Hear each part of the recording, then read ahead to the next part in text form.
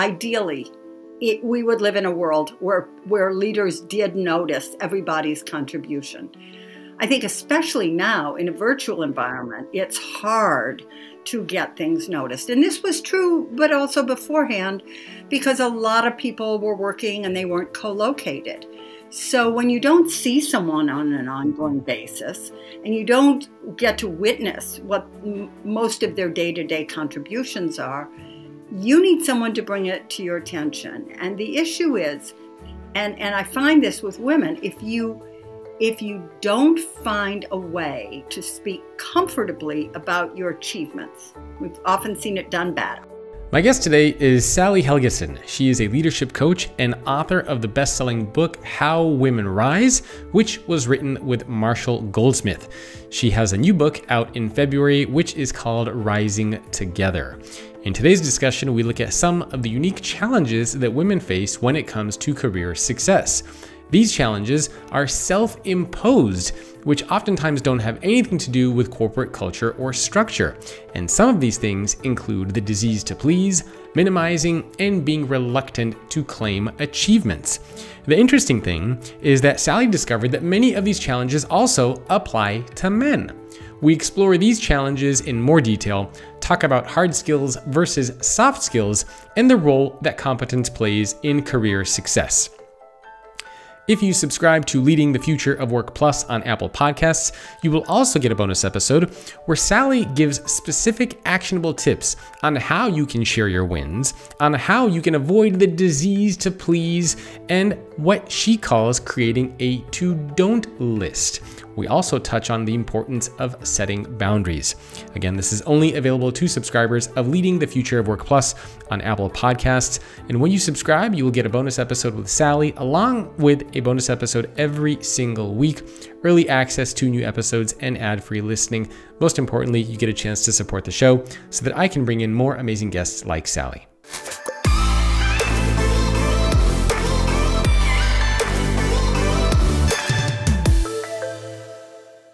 So the most recent book, obviously, that you published is called How Women Rise, co-authored with, of course, legendary executive Marshall Goldsmith, a legendary coach. He's been on the show a few times. He's written the foreword to my book on employee experience. So I know him well. He's done a lot of really fantastic work. Why did you decide to write this book? I decided to write this book. I've been writing about women's strengths, women's leadership strengths, and what they could contribute, as well as inclusive organizations, for probably by 2015, 25 years.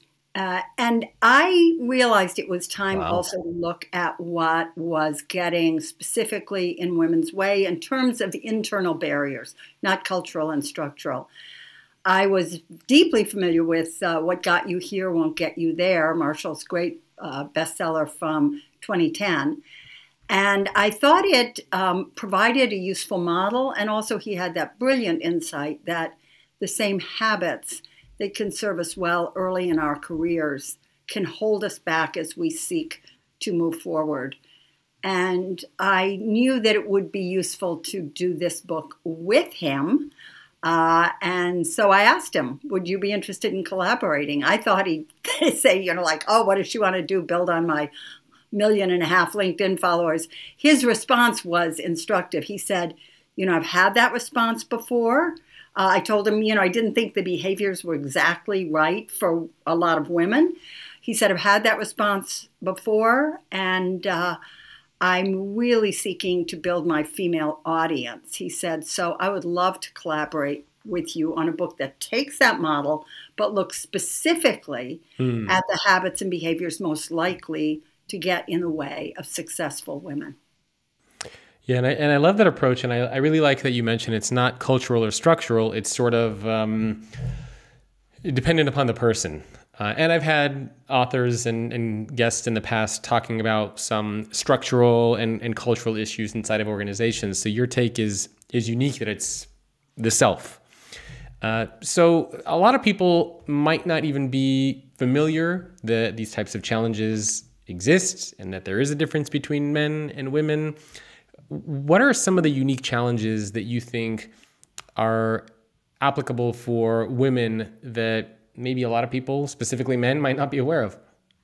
Well, I'll give you a couple, but also want to clarify, one of the big responses to this book has been from men who say, oh, I have that behavior. I have that behavior. That applies to me. So although I think that in my experience, the behaviors in the book really apply to a large number of women, and we're talking globally here. I'm not just talking about the U.S. This has been the response. We're in 23 languages. But despite the fact that I think they do, I'm aware that there are many men who identify with them. So I've kind of come to think of them as the habits that got left out of Marshall's first book. He agrees. But for example, a big foundational habit, and one that's helpful for women to articulate, but very helpful also for men to recognize, that's widespread among women, is expecting others to spontaneously notice and value your contributions, rather than having to articulate them, having to speak up about them, hoping people will notice. And one of the reasons I included this is for years, and I do these women's leadership workshops, been doing them since 1990, do them all over the world. And I would hear women say things like, I believe that if I do good work, people will notice, or I believe if I do good work, people should notice.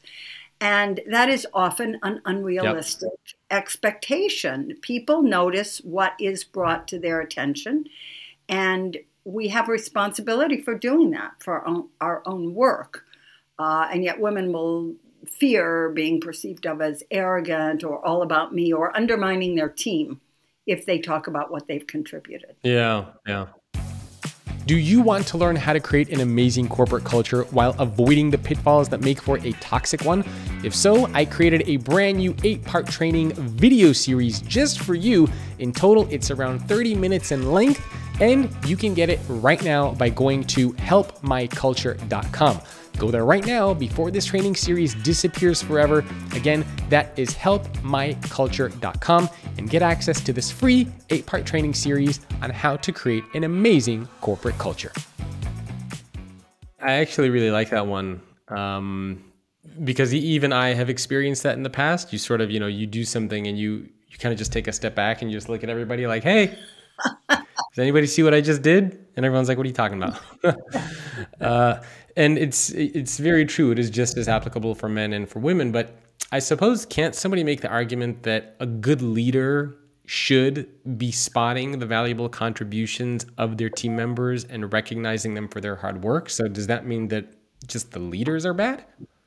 No, I don't think it means the leaders are bad. I think that it's a busy environment. Ideally, we would live in a world where leaders did notice everybody's contribution.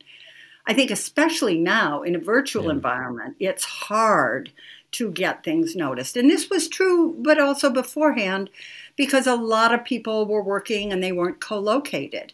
So when you don't see someone on an ongoing basis, and you don't get to witness what most of their day-to-day contributions are, you need someone to bring it to your attention. And the issue is, and I find this with women, if you don't find a way to speak comfortably about your achievements, we've often seen it done bad. Oh, I don't want to be like that jerk down the hall. But if we don't find that way, then we will be under-recognized. We will feel undervalued. And then over time, we will disengage, often from work that should be satisfying and rewarding. So it's very important to find a way and to take this responsibility. I need to do this.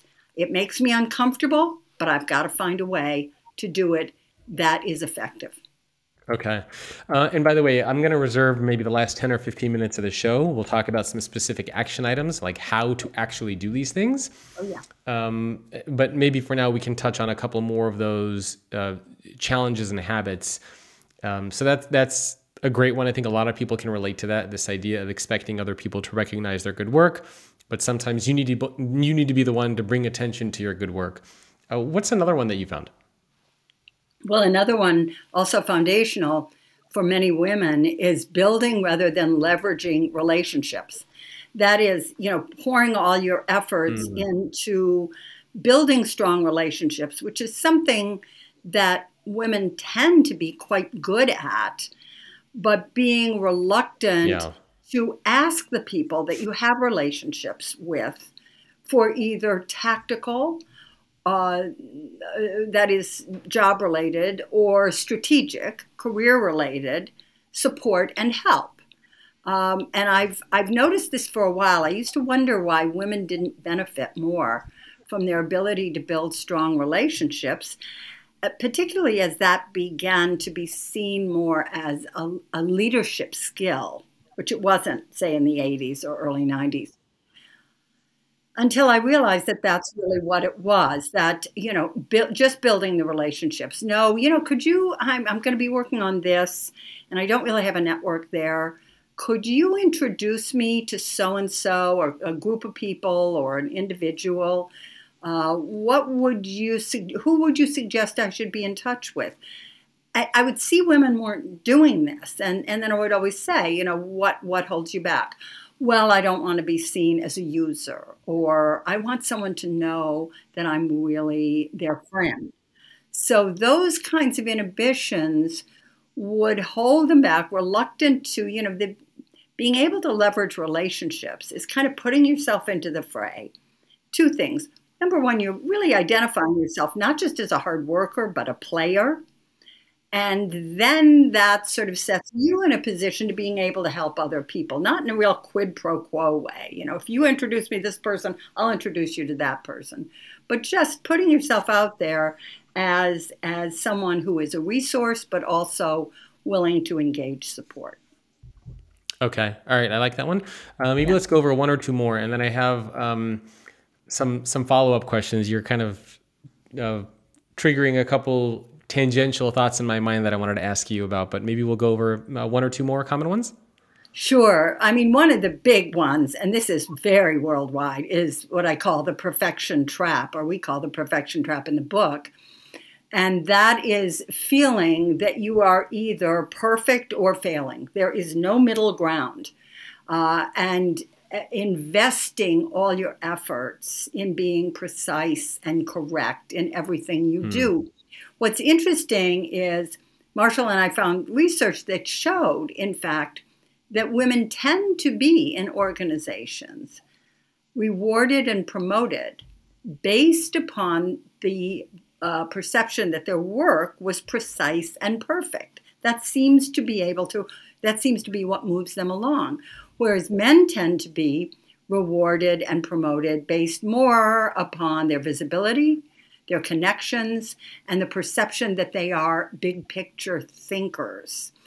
So it's very helpful to women earlier in their career. This is a classic what got you here won't get you there habit, in that it's helpful to women early in their career, precise and correct, but that's not really what organizations are looking for in terms of leaders. Yeah. We want a leader who's precise and correct. No, you want a big picture thinker who's outward facing and has the connections that will bring visibility to the organization's efforts and perhaps clients and customers, et cetera. So it's honing a skill that is only going to get you so far. And so there are a number of problems with it. You have a tough time delegating if everything has to be precise and correct. And that's why a lot of perfectionists, it's easier to do it myself. Then you get burnt out. Micromanaging, obviously, is a shortcoming with perfectionists. But I think above all is that you create a lot of stress for yourself and for the people around you. And I have sat in so many meetings where they've been tossing around names for a very senior position. And what I'll hear when a woman's name comes up, not every woman, but a woman's name will come up and people say, her work is fantastic. She's dedicated. She's so hardworking and so smart. But she has a very high bar for herself, and she sets that bar for other people, and it's pretty stressful. And if you're creating that stress, the higher you go, the bigger the waves that go up. Yeah, that's interesting because part of it, seems like it goes against the traditional notion or the stereotype of leadership where leaders are assumed to be perfect, infallible, they don't make mistakes, they don't show emotion. So I don't know if this would make sense, but it almost seems like from the work that you've been doing, women are trying harder to live up to the stereotypical definition of leadership, whereas men are maybe, I don't know, are they having an easier time breaking that stereotype? I think they have an easier time breaking that stereotype. And let me give you an example. This is not in How Women Rise. This is in my forthcoming book, Rising Together, which will be out at the end of February. And it concerns the great Alan Mulally, who was the CEO of Ford Motor Company and really turned it around starting around 2008. Extraordinary leadership, and he'd exhibited at Boeing before that. Yeah. And when he got to Ford, it was the first time anybody had been hired, not just from outside the company as CEO, but from outside the automobile industry. And he got up and he had his big meeting with the generals and colonels, as they're called, at Ford. And he said, he was asked a question that he couldn't answer at all because he didn't have that knowledge. He wasn't an auto guy, a car guy. And he said, I don't have the answer to that question. I've been an airplane guy, not a car guy. He said, however, what I know is that we've got brilliant people here who can answer questions like that, and that I have had success in marshaling a broad range of people to work well together, which is what the company needs. And I found this was just an extraordinary exhibition of leadership confidence.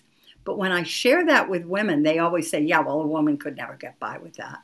I don't happen to exactly believe that. I think there are ways to do it, but I've seen a lot of examples, that if you don't know the whole field, if you're not the subject matter expert as a woman, as a minority, then you're regarded skeptically. Whereas here's someone who came from the leadership mainstream, white guy who'd been in training to be an astronaut. And, he could get by with it and do it with great confidence and aplomb. Yeah, it's interesting that you bring that up. So I'm working on a new book on leadership and vulnerability, which will come out later this year, like October, November. So the Alan Mulally story reminds me a lot of being a vulnerable leader. And I've interviewed 100 CEOs now, and quite a few of them have been women. And so I've heard all sorts of stories like that as well. Most have been positive. People like Barbara Humpton, the CEO of Siemens in the United States, people like Kathy Mazzarella, the CEO of Graybar, that have shared stories and examples of how they've had to go in front of their teams and say that they didn't know something or that they needed help. And I think it's also interesting depending on the time, right? If you have done this in your 80s, during the 80s or 90s, or if you have done it today. And I think it's becoming more accepted, I would hope, to be vulnerable, to ask for help, to admit that you don't know how to do something. But you're right. I mean, it's still a challenge. And actually, I remember a couple CEOs that I interviewed, specifically female, they told me that early on in their careers, as they were climbing up the corporate ladder, their peers around them basically told them, you're never going to be an executive. You're going to have to pick between either being an executive or being a mom. You're not going to be able to do both. And Barbara Humpton was one of those CEOs, and she said, all right, yeah, well, you go ahead and keep thinking that. And she did both. That's so fantastic. So it's just interesting to hear some of the difference. Jacob, one thing I think that's important to talk about is, and you really bring it up here. I mean, I've been doing this work in leadership, inclusive leadership, women's leadership, for 35 years. And so I've seen a lot of changes. And one of the biggest changes is that how we identify and define excellence in leadership in general has changed dramatically. We hear words like vulnerability. Yeah. We hear words like empathy. West Point has courses in empathy. It's something that they encourage in their military leaders. The whole model has changed since the sort of Jack Welch days when, the toughest, most head chopping guy in the room was seen as, the most valuable. He's got to do it. Bob Crandall, who was head of the American Airlines back then, trying to blame the flight attendants for problems that they were having because of his strategy. But, Fortune magazine would have America's toughest boss every year. And it was always someone. Oh, really? I didn't know that. Oh, yeah. And it was someone who was really difficult to work with. But, by God, he gets the job done. And things have changed since then. You would not have these, Scott Dunlap. I mean, you would not have these, Al Dunlap, sorry, he was at Scott Tissue. You would not have these kinds of leaders looked up to today. That's seen as problematic leadership, toxic leadership, whatever. What I think is important is that women have played a big role in redefining excellence, whether they've been at a CEO level or they've just been in the ranks. It is not, to me, a coincidence that some of the great strengths women began bringing as leaders, as contributors, since the late 80s, but really kicking off in the early 90s, that the strengths they brought, which were always dismissed as soft skills, being good at communication was seen as a soft skill, that those are now leadership skills. And I think women have played a very strong and under-acknowledged role in that. It's funny, as you're talking, I just Googled the Fortune Toughest Bosses list, and I came up, it's an article from 1984, actually, which is crazy. And yeah, Jack Welch was number 1 on the list, and they had people, which I don't even know if people are going to remember some of these folks. William Klopman from Burlington Industries, Richard Rosenthal. I wonder if a lot of these companies are even still around anymore. Robert Mallet from FMC Corp, Fred Ackman, Joel Millo. I mean, yeah, mainly all men. But I didn't even know that this was a list that used to be going on. And it's almost like a badge of honor, it seems like, if you were on this list. And I don't think we have these lists anymore. We don't have these lists. It would be unacceptable. And the style of leadership that Jack Welch popularized would not be acceptable today, nor has it been successful. I mean, GE blew up, and Jeff Immelt gets all the blame for that. But Welch did not set it up well. His big goal was to merge with Honeywell, which would have been a catastrophe. And so he did not set that up well, that company up well. And he used to have this thing that was widely admired, where every year they would look at the 10% of the lowest performing by some performance review metric, 10% of the lowest performing people, and they would fire them. There was never an idea, well, what was their leader like? What were they tasked to do? Where were the systemic problems that could have contributed this? It was just like they're dead wood. That's what they would call them, the dead wood. We've got to prune the dead wood. And this was, really not helpful there. It was tried by, what's his name? The guy that succeeded Bill Gates, Steve Ballmer. He tried it at Microsoft, and, it was just a catastrophe because it ended up with people really competing against one another and stalled them in terms of innovation for probably a decade. So this was a really different environment that we used to live in. And fortunately, this is not admired leadership skills in today's environment, no matter where we are. If we can be in the Defense Department, it's not seen as useful. Yeah, it's changed quite a bit. Are you familiar by any chance with the work of Susan Fiske? She is a researcher and professor at Princeton, I believe. And she did some work on the relationship between competence and something she calls warmth. I believe her studies were referred to in one of my favorite books, which is by Tomás Premuzic Chamorro, which I'm sure you're familiar with, which was called, actually, it's a very bold title, Why Are There So Many Bad Men Leaders, or Bad, Male Leaders? Oh, yeah, yeah, yeah. Yeah, it was a really interesting book with a lot of metadata in it.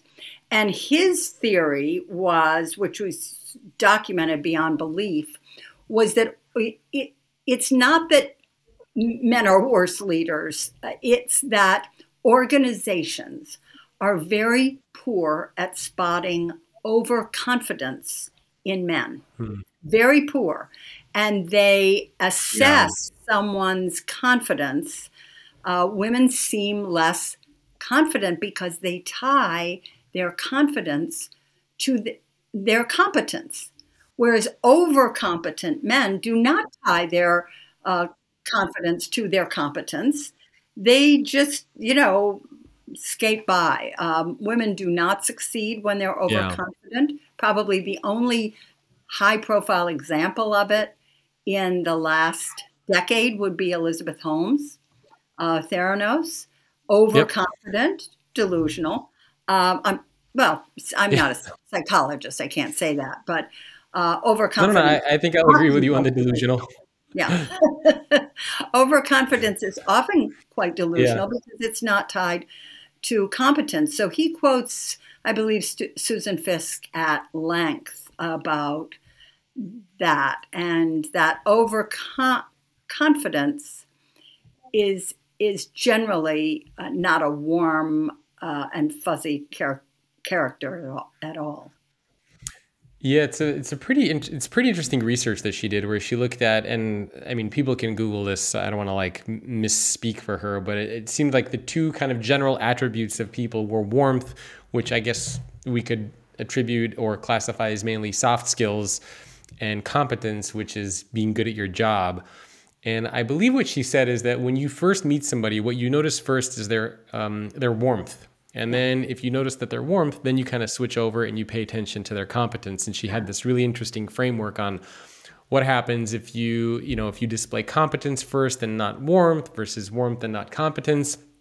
But it was interesting because there is something still to be said for competence, right? I mean, you still have to be good at your job. And I feel like in a lot of organizations, maybe we forget that sometimes.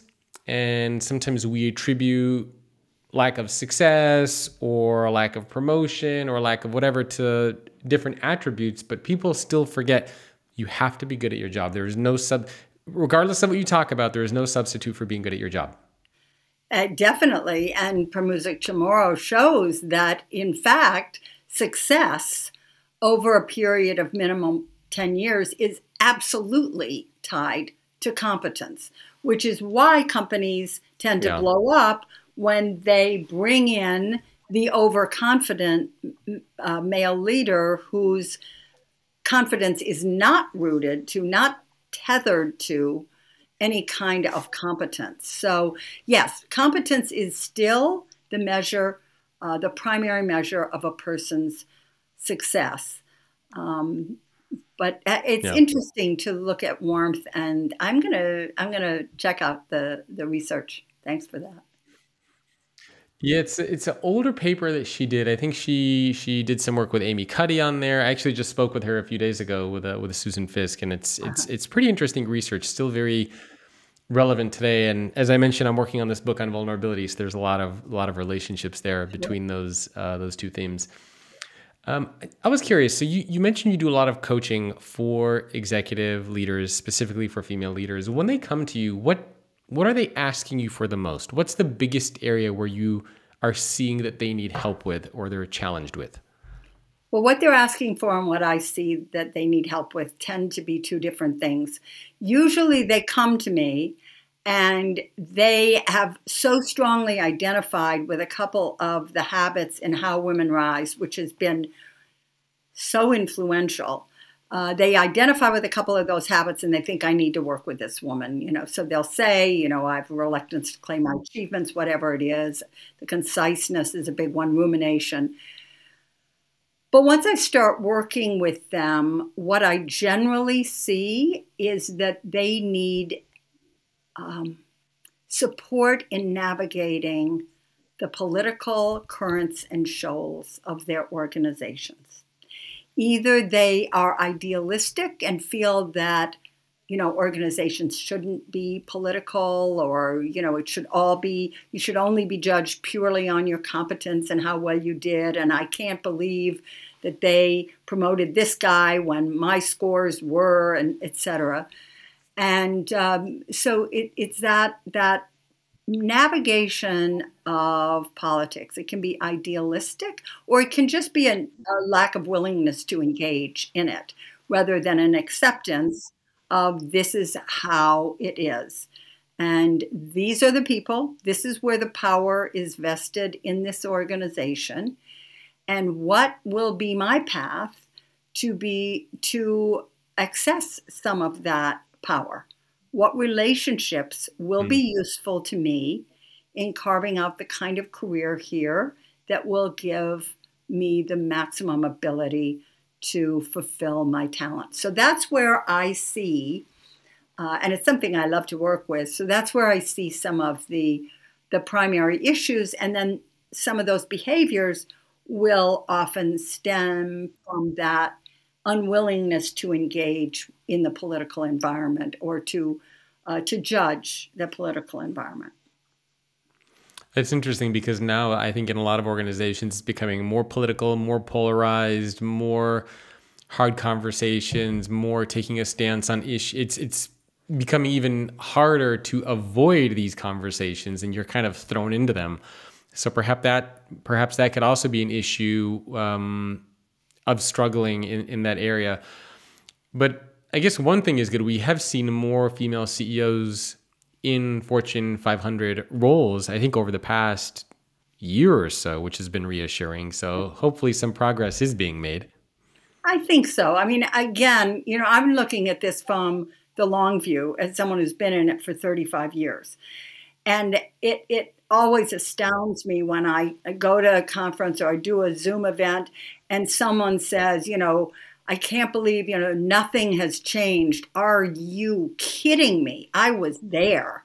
Are you kidding me? I was there. I was working in advertising in the Mad Men era.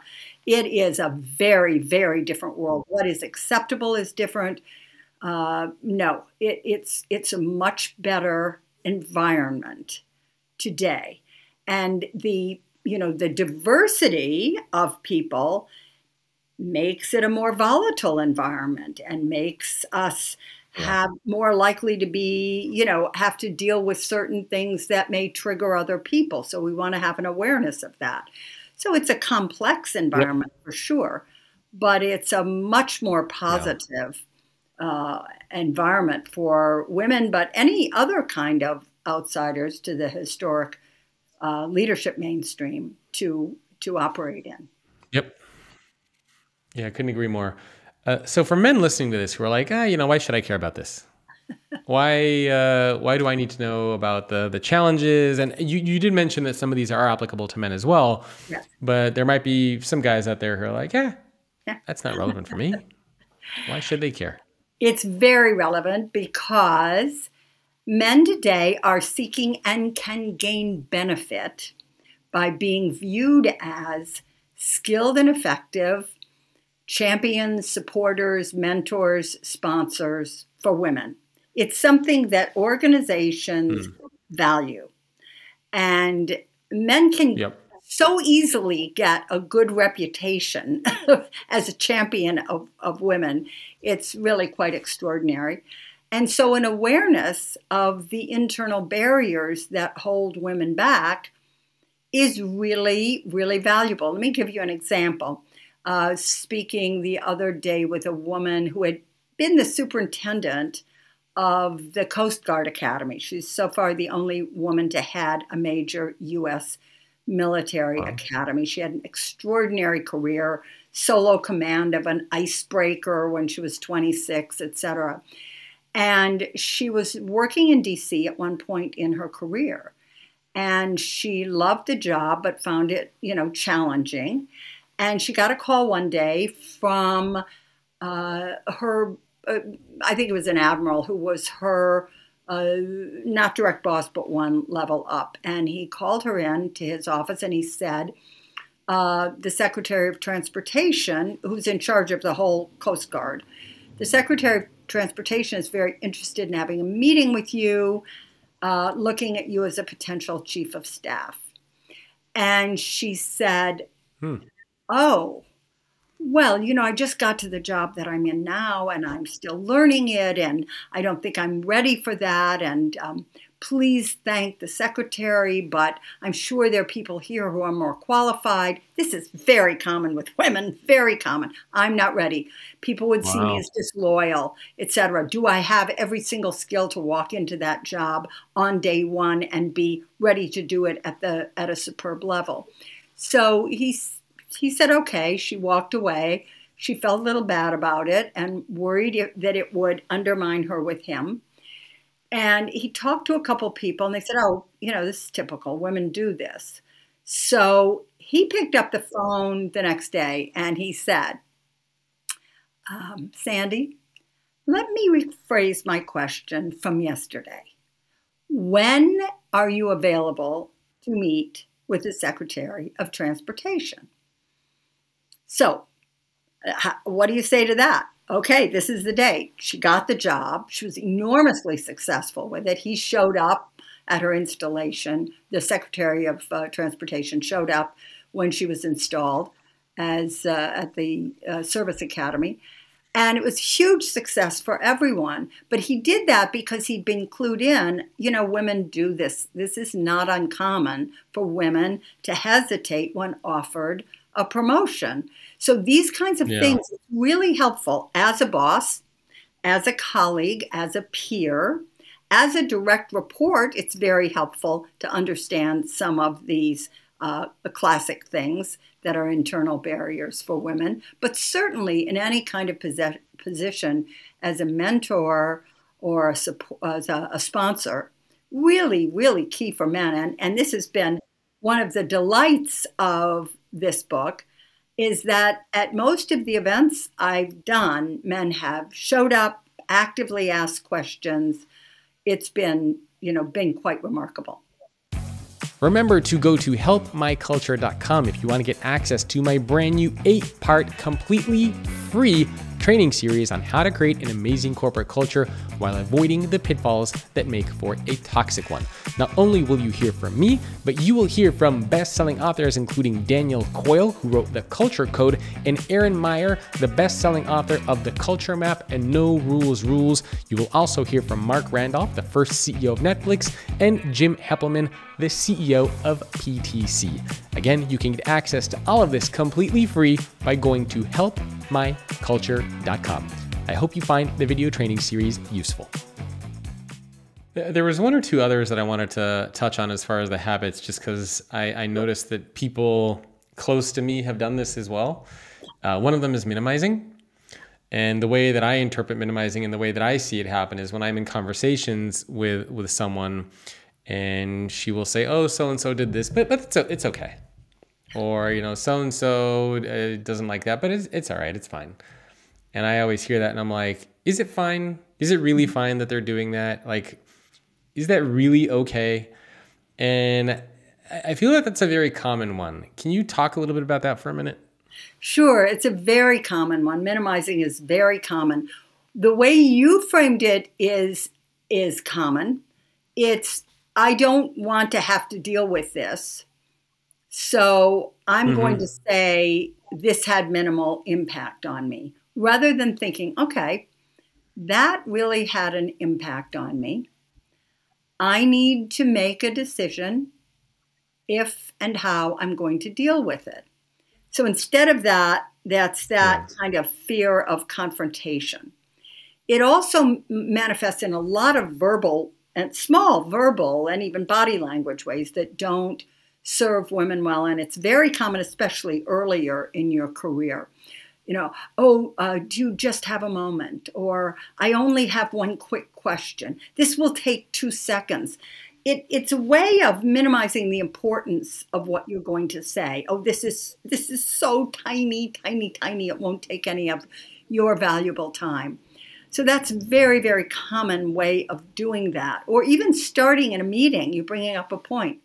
This may not be important, but okay, if it's not important, don't bring it up. if it may be important, how about just this may be important? I want to draw your attention to it. So it's kind of to some extent, a refusal to be able to stand behind what you say. The other way it manifests, that refusal to stand behind what you say, is where you back off prematurely. I did a lot of this early in my career. I bring something up. It wouldn't get an immediate positive response. Oh, well, it must be a bad idea. Okay. It often wasn't. It was often a really good idea, but the people hadn't had a chance to think about it. And you want to not back off that quickly. You might think, what I brought up earlier didn't get a response. I think it was a really good idea, so I'm going to go back and I'm going to think about it a little more, and I'm going to come back at this with some more information, with perhaps a more, building a more persuasive case. So it's taking seriously what your responses are and what your goals are.